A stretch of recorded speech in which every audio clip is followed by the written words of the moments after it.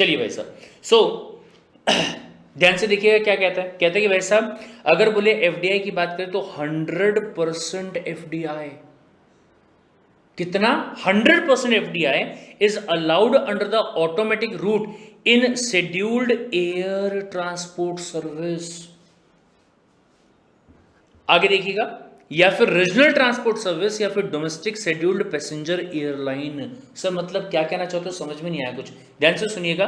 Sir बोले आपने शायद ये सुना होगा कि हमारे कंट्री में there is a company called as what, IndiGo. ठीक है, ये क्या करती है, सर बोले एयरलाइन सर्विस प्रोवाइड करती है। ठीक है, एयरलाइन सर्विस प्रोवाइड करती है जिसमें सबसे पहली बात शायद गुड्स का ट्रांसपोर्टेशन किया जाता है। ठीक है, और या फिर दूसरी बात अगर की जाए तो सर इवन ऐसा भी होता है कि जो पैसेंजर्स होते हैं उनको भी यहां पे भेजा जाता है, राइट। लेकिन पॉइंट ये है कि अगर मैं ये इंडिगो की बात करूं तो इसमें किसका पैसा लगा हुआ है, अगर नॉर्मली अपन बात करेंगे तो कहा गया है क्या कि टाटा कंपनी जो है उसका पैसा यहां पे लगा हुआ है। लेकिन मान लीजिए कि कोई ऐसी कंपनी है या कोई ऐसा इंसान है जो कि इंडिया के बाहर का है, मतलब कौन है वो, नॉन रेसिडेंट। ठीक है, और वो बंदा अगर इंडिया में कोई एयरलाइन कंपनी चलाना चाहता है तो क्या ऐसा हो सकता है कि 100% इन्वेस्टमेंट,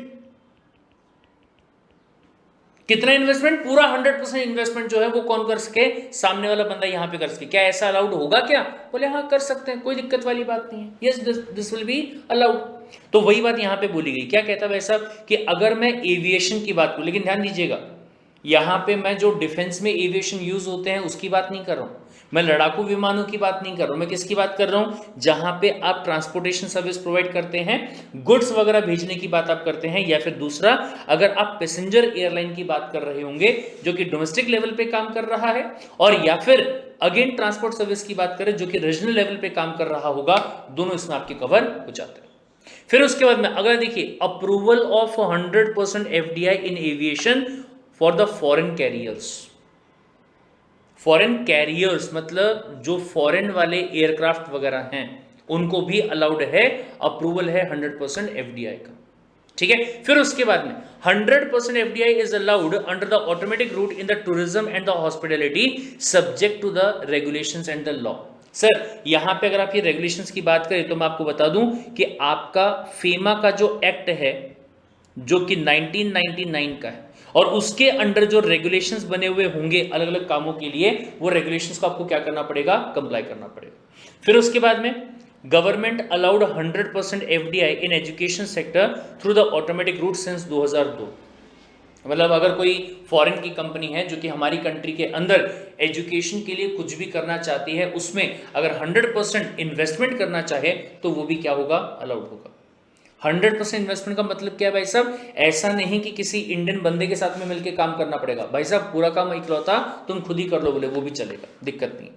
और या फिर for the health care sector 100% FDI is allowed under the automatic root for green field projects. कौन से प्रोजेक्ट्स, ग्रीन फील्ड। सर ये क्या होते हैं, करते हैं बात, लेकिन पहले and even for the brown field projects.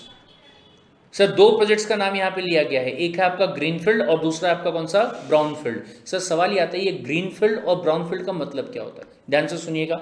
Sir अगर आप हमारी कंट्री में कोई भी ऐसी जगह जहां कोई कंस्ट्रक्शन वगैरह किया हुआ नहीं है, वहां पे अगर आप हॉस्पिटल बनाने की बात करते हो, या वहां पे आप कोई भी कंस्ट्रक्शन एकदम स्क्रैच से करने की बात अगर आप करते हो, तो उसे कहा जाता है greenfield project, right. Sir brownfield, sir already कोई बिल्डिंग बनी हुई थी, ऑलरेडी कोई प्रीमाइसेस वहां पे बना हुआ था, ऑलरेडी कोई फैक्ट्री वहां पे एस्टैब्लिश थी, आपने उसको डेमोलिश किया, आपने उसको क्या किया, डेमोलिश किया, और फिर वहां पे आपने अपना कंस्ट्रक्शन जो है वो किया, उसे कहा जाता है ब्राउन फील्ड प्रोजेक्ट्स। ये समझ में आया, जहां एकदम नई जगह, जहां पे लैंड है पूरी की पूरी, आपको कुछ भी वहां पे चेंज नहीं करना पड़ा, और वहीं पे आपको अपनी जो चीज है वो बनानी पड़ी। आपने प्लॉट लेके घर बनाया, ग्रीनफील्ड प्रोजेक्ट। किसी और की जगह थी उसको डेमोलिश करके आपने अपना घर बनाया, उसको क्या बोलेंगे, ब्राउन फील्ड प्रोजेक्ट्स। ठीक है, तो अगर हॉस्पिटल्स वगैरह बनाने में, अगर हॉस्पिटल्स वगैरह बनाने में क्या किया जा रहा है, ग्रीनफील्ड प्रोजेक्ट किए जा रहे हैं, तो उसमें आपको क्या कहा गया, कि 100% एफडीआई अलाउड है, लेकिन कौन से रूट में? ऑटोमेटिक रूट में। लेकिन वहीं पे अगर आप ब्राउनफील्ड की बात कर रहे हैं तो वापस से 100% एफडीआई अलाउड है, लेकिन कौन से रूट में? गवर्नमेंट वाले रूट में। सर गवर्नमेंट रूट मतलब, ध्यान से सुनिएगा, जिसको आपने यहां ऑटोमेटिक रूट का नाम दिया है, सॉरी अप्रूवल रूट का नाम दिया है, उसे आप सिंपली यहां पे गवर्नमेंट रूट का नाम भी दे सकते हैं। जहां पे आपको गवर्नमेंट की परमिशन लेनी पड़ती है, जहां पे आपको गवर्नमेंट के कोई बोर्ड की परमिशन लेनी पड़ती है, उसे कहा जाता है क्या? Government route. ठीक है, डन।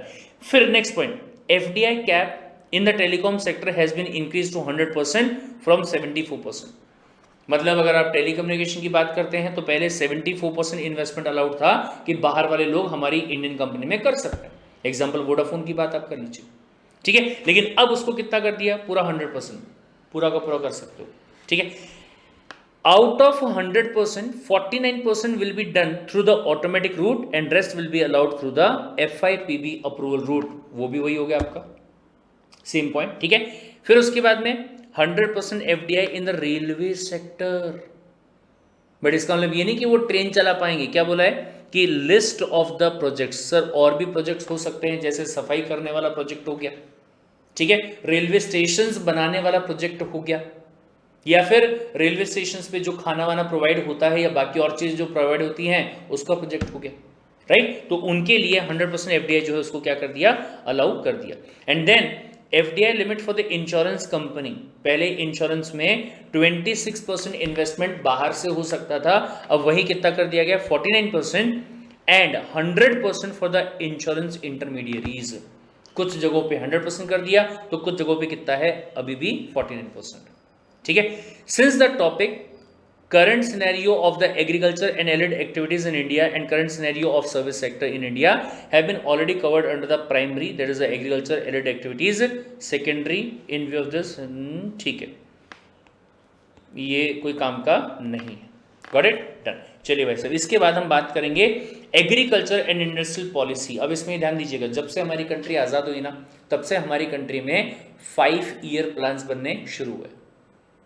5 ईयर प्लान्स मतलब ये लगा लीजिए कि 1951 से शुरू हुआ था, अभी तक की अगर आप बात करेंगे तो 12, 13, 14, 15 प्लान जो है वो ऑलरेडी बन चुके हैं।